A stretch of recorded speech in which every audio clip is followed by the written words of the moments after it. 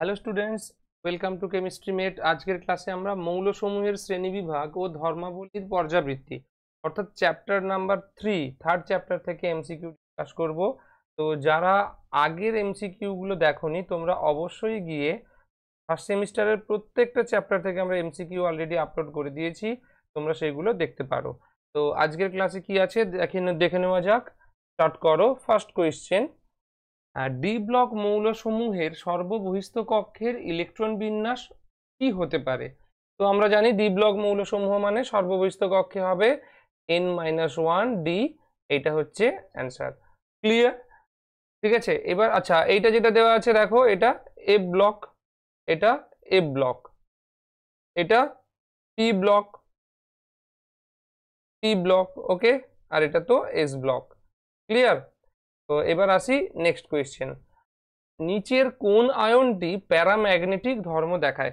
তো এই যে টার্ম প্যারা আর ডায়া, প্যারাম্যাগনেটিক, প্যারাম্যাগনেটিক বললে কি বুঝবে আর ডায়াম্যাগনেটিক বললে কি বুঝবে? ডায়াম্যাগনেটিক। তো প্যারাম্যাগনেটিক, ডায়াম্যাগনেটিক। প্যারাম্যাগনেটিক মানে অযুগ্ম ইলেকট্রন, অযুগ্ম ইলেকট্রন। তাহলে আগে দেখে নেওয়া যাক ইলেকট্রন বিন্যাস কি হতে পারে। First scandium. তো স্ক্যান্ডিয়াম কি হয়? Sc21 আর্গন, আর তার সাথে কি হবে 3d1 4s। ক্লিয়ার? তো এখানে বলছে স্ক্যান্ডিয়াম 3+, তাহলে 3+ হলে কি হবে? আমি এখানে 3+ এর করে দেখাচ্ছি। স্ক্যান্ডিয়াম 3+ কি হবে?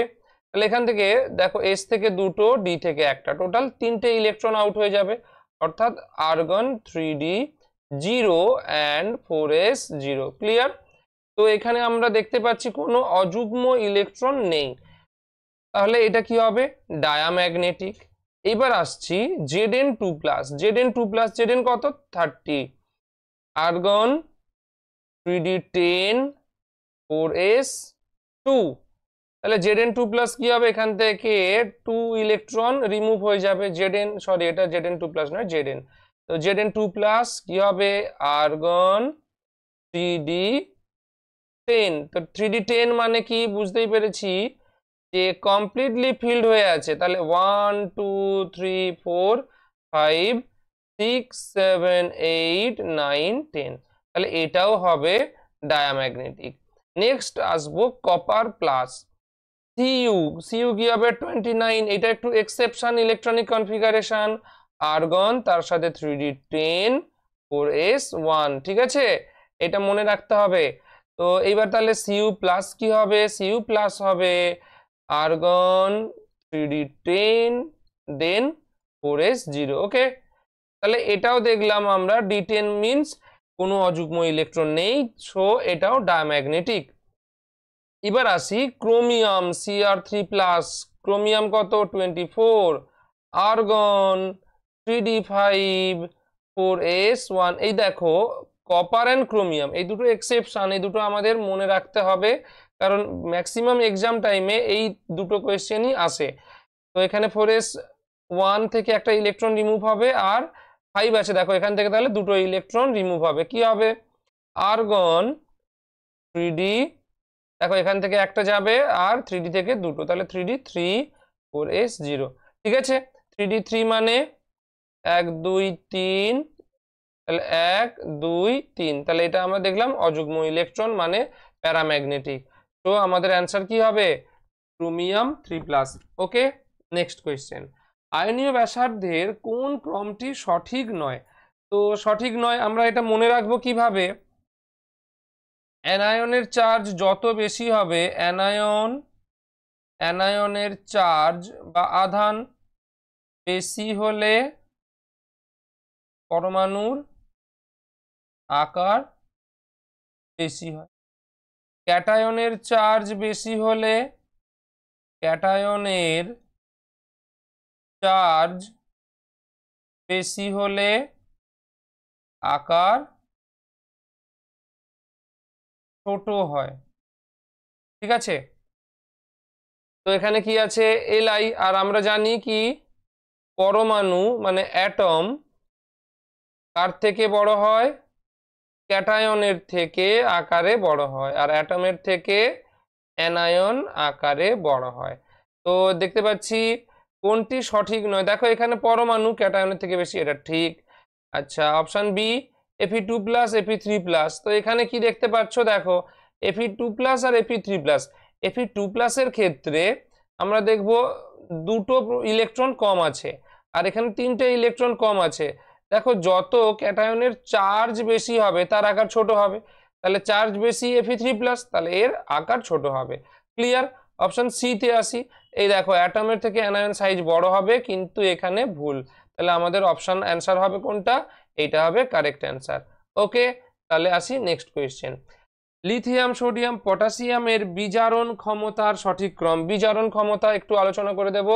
এগুলো কোথায় আছে? Group 1 hydrogen, lithium, sodium, potassium, rubidium, caesium, francium. Hydrogen, lithium, sodium, potassium, rubidium, caesium and francium. তো উপর থেকে নিচের দিকে নামলে কি হবে? সাইজ মানে পরমাণুর আকার বৃদ্ধি পেতে থাকবে, পরমাণুর আকার বৃদ্ধি পেতে থাকবে। পরমাণুর আকার বৃদ্ধি পেতে থাকলে কি হবে? আকার বৃদ্ধি, আকার বৃদ্ধি, আকার বৃদ্ধি পেতে থাকলে কি হবে? এই ধরো নিউক্লিয়াস, এখানে একটা ইলেকট্রন আছে আর এইটা একটা নিউক্লিয়াস, ধরো এখানে একটা ইলেকট্রন আছে। এবার তোমরা বলো কোন ক্ষেত্রে আকর্ষণ বল বেশি হবে? এখানে নিউক্লিয়াস ইলেকট্রনের প্রতি বেশি আকর্ষণ প্রয়োগ করবে নাকি এখানে বেশি আকর্ষণ প্রয়োগ করবে? অবশ্যই বুঝতে পেরেছো যে এখানে অনেকটা কম আকর্ষণ প্রয়োগ করবে, কারণ আকারটা অনেক বেশি হয়ে যাচ্ছে। তো যত আমরা উপর থেকে নিচের দিকে নামতে থাকবো আকার বৃদ্ধি পাবে, তাহলে ইলেকট্রন মানে বহিস্থ কক্ষের যে ইলেকট্রন তার উপর নিউক্লিয়াসের অ্যাট্রাকশন ফোর্স বা আকর্ষণ বল ধীরে ধীরে কমতে থাকবে। আর যখনই ইলেকট্রনের উপর আকর্ষণ বল কমতে থাকবে তখনই ইলেকট্রন সহজে বাইরে বেরিয়ে আসতে চাইবে। ক্লিয়ার? তাহলে যত আমরা উপর থেকে নিচের দিকে থাকবো ইলেকট্রন বর্জন করার ক্ষমতা, ইলেকট্রন বর্জন করার ক্ষমতা কি হবে? বৃদ্ধি পাবে। আর যত ইলেকট্রন বর্জন করার ক্ষমতা বৃদ্ধি হবে তত বিজারণ ধর্মও বাড়তে থাকবে। কেন? তার কারণ কি আমরা জানি, জারণ মানে ইলেকট্রন বর্জন, বিজারণ মানে ইলেকট্রন গ্রহণ। তো যার নিজে জারণ হবে সে অন্যকে বিজারিত করবে। আর জারক কি জানি? জারক হলো অন্যকে জারণ ঘটাবে, নিজে বিজারিত হবে, বিজারিত হবে। তো এখানে তাহলে কি দেখলাম? উপর থেকে নিচের দিকে পরমাণুর আকার বৃদ্ধি পাচ্ছে, ফলে সহজেই ইলেকট্রন বেরিয়ে যেতে চাইবে, অর্থাৎ ইলেকট্রন বর্জন হবে, মানে নিজের জারণ ঘটবে। তাহলে অন্যকে কি করবে? বিজারিত করবে। আর এখানে প্রশ্নে দেওয়া আছে বিজারণ ক্ষমতার সঠিক ক্রম কি হবে। ক্লিয়ার? তাহলে উপর থেকে নিচের দিকে নামলে উপর থেকে নিচের দিকে নামলে কি হবে? বিজারণ ক্ষমতা বৃদ্ধি পাবে। তো এখানে লিখে দিই জারক আর বিজারকটা লিখে দিই। বিজারক কি হবে? অন্যকে বিজারণ, নিজে জারণ। তো নিজে জারণ মানে ইলেকট্রন সহজে বর্জন করবে, উপর থেকে নিচের দিকে নামলে ইলেকট্রন সহজে বর্জন হবে, নিজে জারণ হবে, অন্যকে বিজারণ ঘটাবে, অর্থাৎ বিজারণ ধর্ম বৃদ্ধি পাবে। তো কি হবে? সবার নিচে আছে পটাশিয়াম, পটাশিয়াম সব থেকে বেশি, তারপর সোডিয়াম, তারপর লিথিয়াম। তাহলে পটাশিয়াম, তারপর সোডিয়াম, তারপর লিথিয়াম। তবে অবশ্যই এটা মনে রাখতে হবে এটা নর্মাল, মানে প্রসম মাধ্যম বা গ্যাস মাধ্যম আমরা বলতে পারি, গ্যাস মাধ্যম, গ্যাসীয় মাধ্যম। কিন্তু যখনই জলীয় দ্রবণ হবে তখনই এটা চেঞ্জ হয়ে যাবে। জলীয় মাধ্যমে লিথিয়ামের বিজারণ ধর্মের প্রবণতা বেশি, কারণ এর বিজারণ বিভবের মান কম হয়। লিথিয়াম সব থেকে বেশি হবে, তারপর নর্মালি যেমন সোডিয়াম, লিথিয়াম, তারপর পটাশিয়াম, তারপর সোডিয়াম। আর এমনি গ্যাস মাধ্যমে পটাশিয়াম, সোডিয়াম, তারপর লিথিয়াম। তো potassium, sodium, lithium, option A correct answer. Next question, সালফারের অক্সিজেন ভিত্তিক এবং হাইড্রোজেন ভিত্তিক যোজ্যতা। সালফার আমরা জানি SO4, SO4, এখানে দেখো SO4 2 মাইনাস কত হচ্ছে 1 2 3 4 5 6, তাহলে অক্সিজেন ভিত্তিক হলে 6 হবে, হাইড্রোজেন হলে 2 হবে, H2S, S এইদিকে একটা আর এগুলো লোন পেয়ার থাকবে। ক্লিয়ার? এবার আসি নেক্সট কোয়েশ্চেন, নাইট্রোজেনে আচ্ছা কোন বক্তব্যটি সঠিক নয়? তো আগে দেখি তাহলে সঠিক আছে কিনা। নাইট্রোজেনের আয়নায়ন বিভব অক্সিজেনের আয়নায়ন বিভব অপেক্ষা কম হয়। দেখো যদি আয়নায়ন বিভব দেখি, লিথিয়াম, আমি 2 নম্বর পিরিয়ডের কথা বলছি, 2 নম্বর পর্যায়, lithium, beryllium, boron, carbon, nitrogen, oxygen, fluorine, neon, তাহলে আয়নায়ন বিভব বৃদ্ধি পাবে। কি? আয়নায়ন বিভব বৃদ্ধি পাবে। ঠিক আছে, তো আয়নায়ন বিভব যদি বৃদ্ধি পায়, কেন বৃদ্ধি পাবে? পরমাণুর আকার ক্রমশ ছোট হতে থাকবে। তাহলে নাইট্রোজেনের আয়নায়ন বিভব অক্সিজেনের আয়নায়ন বিভব অপেক্ষা কম। নাইট্রোজেনের আয়নায়ন বিভব অক্সিজেনের আয়নায়ন বিভব অপেক্ষা কম, কেন? ও আচ্ছা, বৃদ্ধি পাচ্ছে, তাহলে নাইট্রোজেন এবং অক্সিজেন, তাহলে দেখতে পাচ্ছি যে নাইট্রোজেন তার থেকে অক্সিজেনের আয়নায়ন বিভব বেশি, এটা কি এক্সপেক্টেড। কিন্তু কি হয়, নাইট্রোজেনের ইলেকট্রন বিন্যাস যদি আমরা স্টাডি করি, কি দেখতে পাবো? নাইট্রোজেনের 7, 1s2, 2s2, 2p-তে 3টে, 1 2 3, এটা কি হাফ ফিল স্টেবিলিটি বা অর্ধপূর্ণ সুস্থিতি।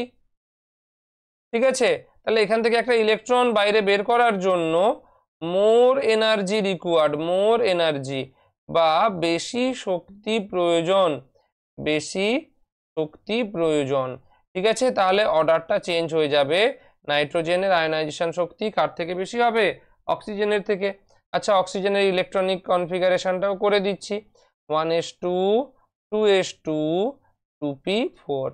তাহলে এখানে দেখো সহজেই একটা ইলেকট্রন 1 2 3 4, সহজেই একটা ইলেকট্রন বাইরে বের করে দেওয়া যাবে, তাহলে প্রথম বক্তব্যটাই ভুল। ক্লিয়ার? তাহলে অপশন এ হবে কারেক্ট। ঠিক আছে, আচ্ছা একটু আমি পরের পয়েন্টগুলো ডিসকাস করে দিই। তাহলে পরমাণুর আকার যত ছোট হবে আয়নায়ন বিভবের মান তত বেশি হবে, এটা তো ঠিক। কারণ কেন? এফেক্টিভ নিউক্লিয়ার চার্জ বা নিউক্লিয়াস এবং কক্ষপথের মধ্যে আকর্ষণ বল বৃদ্ধি পাবে, আকর্ষণ বল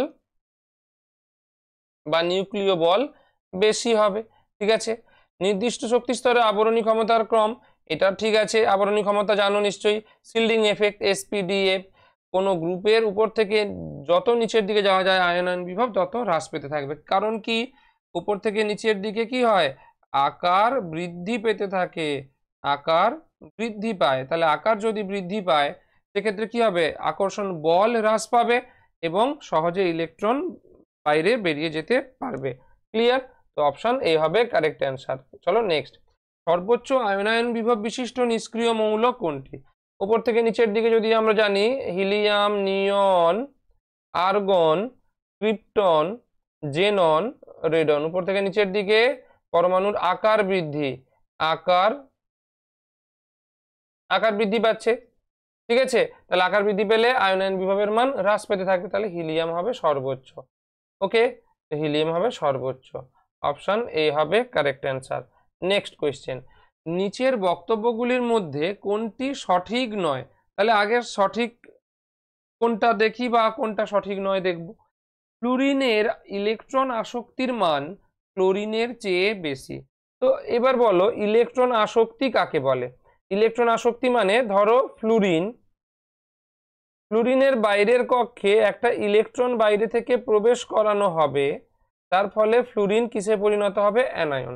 এর জন্য যে পরিমাণ শক্তি বাইরে বেরিয়ে আসবে, সরি, হ্যাঁ, যখনই ইলেকট্রন প্রবেশ করবে তখন শক্তি বাইরে বেরিয়ে আসবে।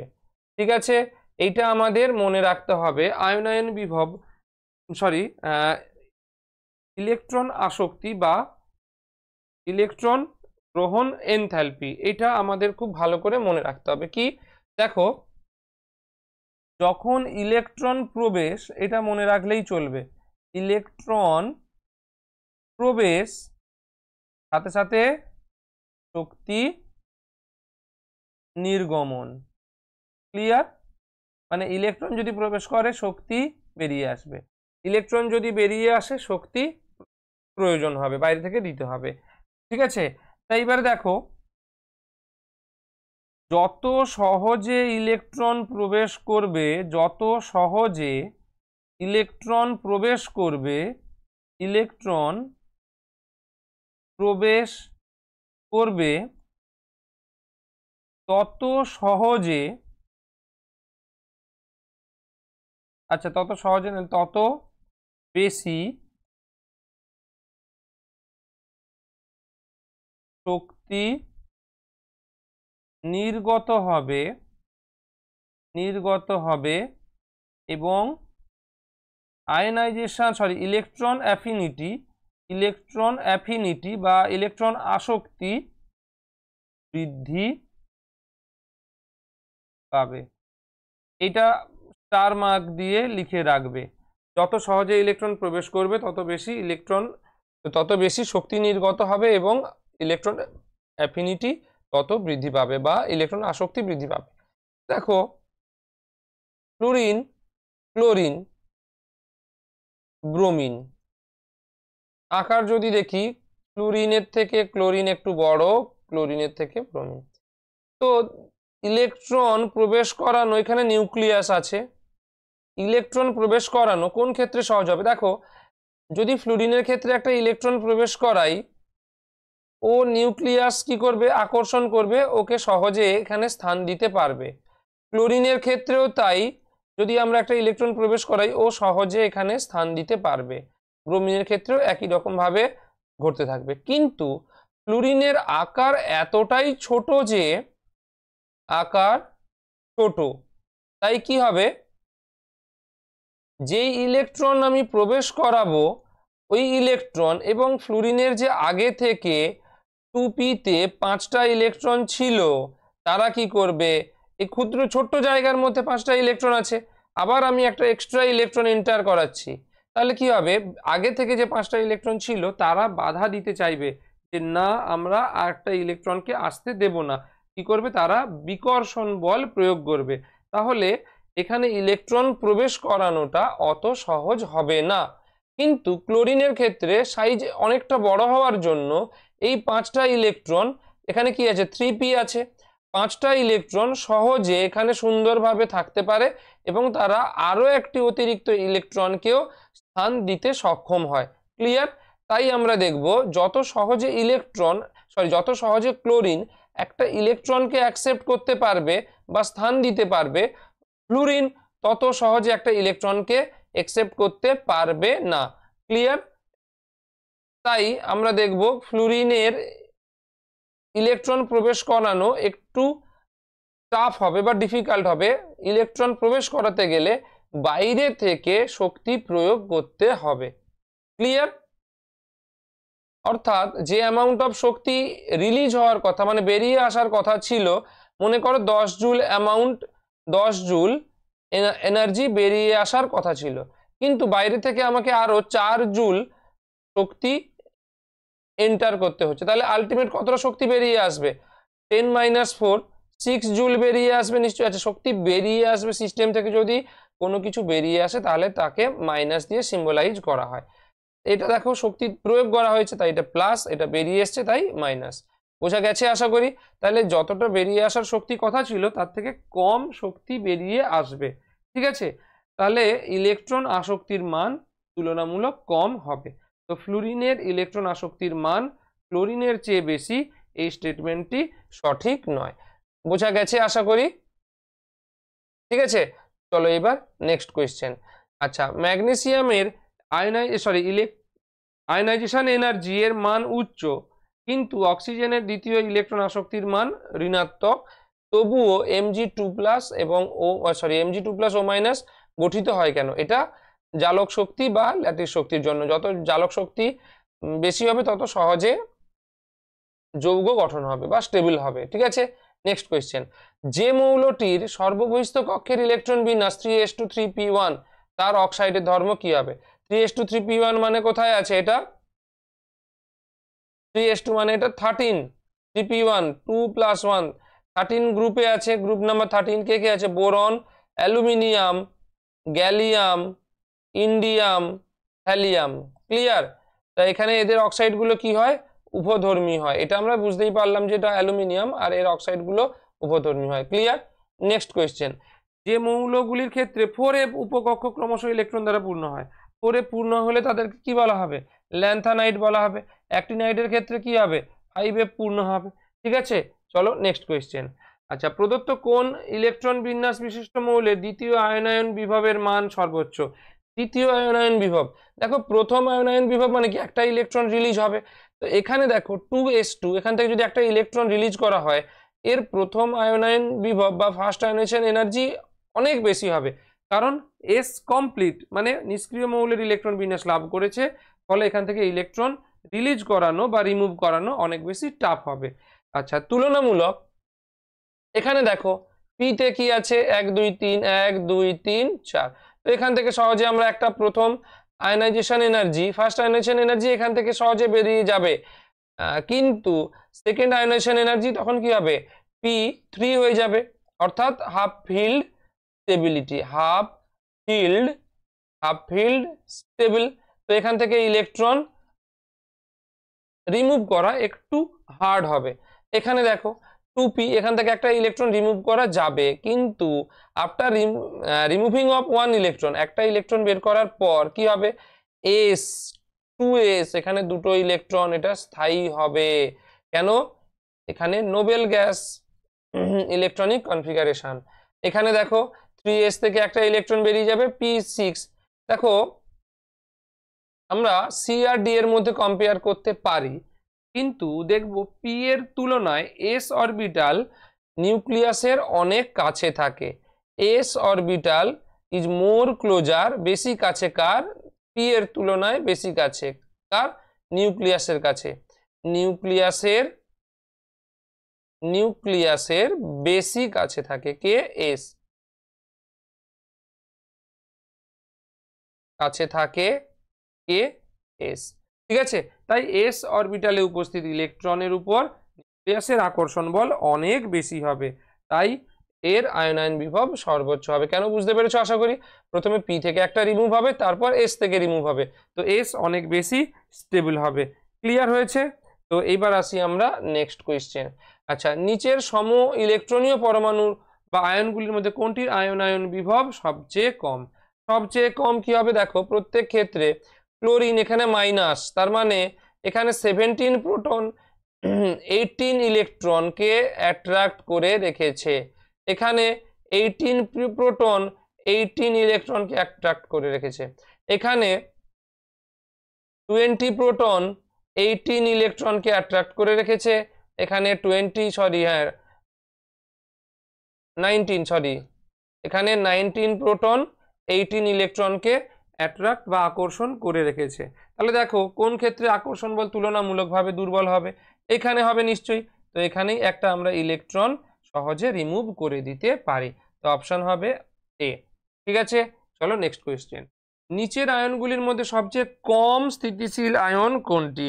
তো সবচেয়ে কম স্থিতিশীল আয়ন যদি আমাদের দেখতে হয়, দেখো সবচেয়ে কম স্থিতিশীল কে হবে? সবচেয়ে কম, আচ্ছা, বেরিলিয়াম, লিথিয়াম, বোরন, কার্বন। প্রত্যেকের যদি আমরা ইলেকট্রন বিন্যাস দেখি, কি দেখতে পাবো?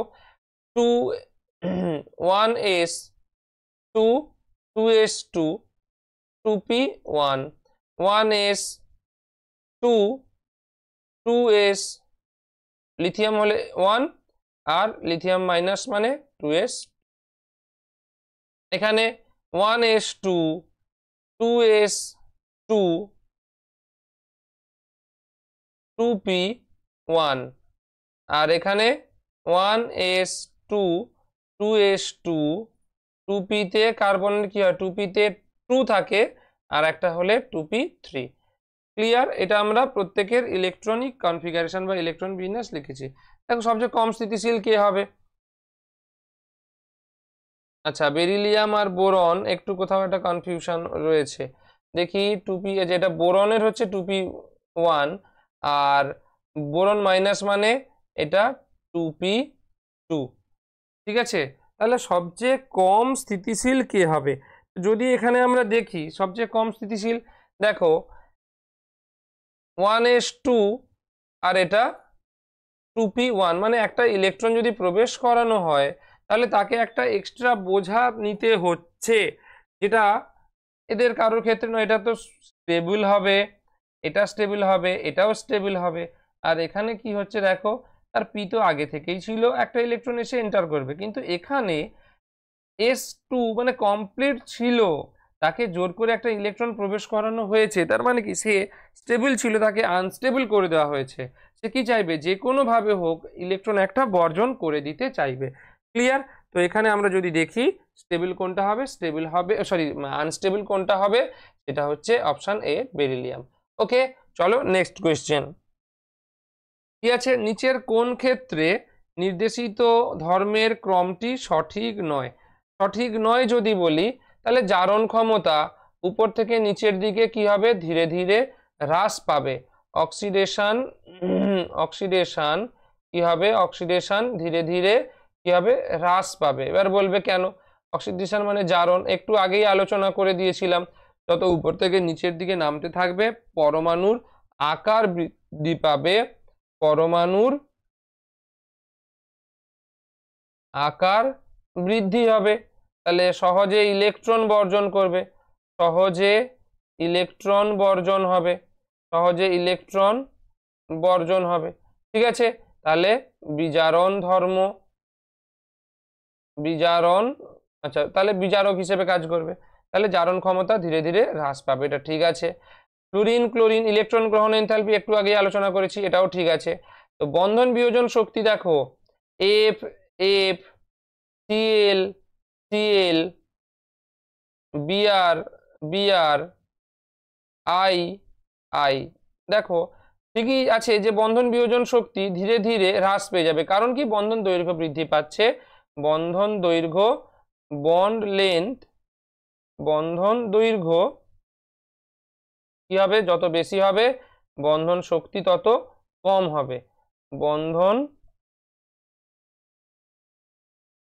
শক্তি ঠিক আছে তাহলে এটা আমাদের ক্রম ঠিক আছে কিন্তু দেখা যাবে ক্লোরিনের তুলনায় ফ্লুরিনের আকার ছোট হওয়ার জন্য এখানে বিকর্ষণ বল সক্রিয় হবে বিকর্ষণ বল তাই এই বন্ধনটা চাইবে সহজেই ভেঙে এফ আর এফ হিসেবে আসতে চাইবে ক্লিয়ার হয়েছে আশা করি তো অপশন সি হবে কারেক্ট অ্যান্সার ওকে তো এবার আমরা আসি নেক্সট কোয়েশ্চেন নিচের আচ্ছা এটা তো রিপিট হয়ে গেছে আমাদের অপশন কি হবে বেরিলিয়াম নেক্সট কোয়েশ্চেন কি আছে অক্সিজেন পরিবারের সদস্যদের মধ্যে ইলেকট্রন আসক্তি বা ইলেকট্রন অ্যাফিনিটির ক্রম কি হবে দেখো অক্সিজেন সালফার সেলেনিয়াম উপর থেকে নিচের দিকে ইলেকট্রন আসক্তি কি হবে ইলেকট্রন আসক্তি কি জানি আমরা ইলেকট্রন আসক্তি উপর থেকে নিচের দিকে কি হতে থাকবে হ্রাস হবে এটাই ঠিক তাহলে আমাদের অর্ডার হওয়া এক্সপেক্টেড কি অক্সিজেন সালফার সেলেনিয়াম ঠিক আছে কিন্তু অক্সিজেনের আকার অনেক ছোট O2 এর আকার ছোট হয় বলে ইলেকট্রন আসক্তির মান হ্রাস পায় হয় বলে ইলেকট্রন অ্যাফিনিটি বা ইলেকট্রন আসক্তি এর মান কার থেকে সালফার এবং সেলেনিয়ামের থেকে কম হয় ক্লিয়ার এইগুলো এক্সেপশন এগুলো মনে রাখতে হবে এগুলো ইম্পর্টেন্ট ওকে তো তাহলে অপশন কোনটা হবে কি হবে ফার্স্ট হবে সালফার সেলেনিয়াম কমে যাবে কিন্তু তাদের সবার থেকেও কম হবে oxygen sulphur selenium oxygen, option C হবে কারেক্ট অ্যান্সার। দেখি আর কি কোয়েশ্চেন আছে। আচ্ছা, আরো অনেক কোয়েশ্চেন আছে, কিন্তু আমরা এই কোয়েশ্চেনই লাস্ট, আমরা নেক্সট ভিডিওতে পরের কোয়েশ্চেন দেব, না হলে সময় অতিরিক্তভাবে অনেক বেড়ে যাবে। ঠিক আছে, তাহলে অবশ্যই তোমরা এই কোয়েশ্চেনগুলো প্র্যাকটিস করতে থাকবে, এবং যদি ভিডিও ভালো লাগে লাইক, কমেন্ট এবং শেয়ার করবে।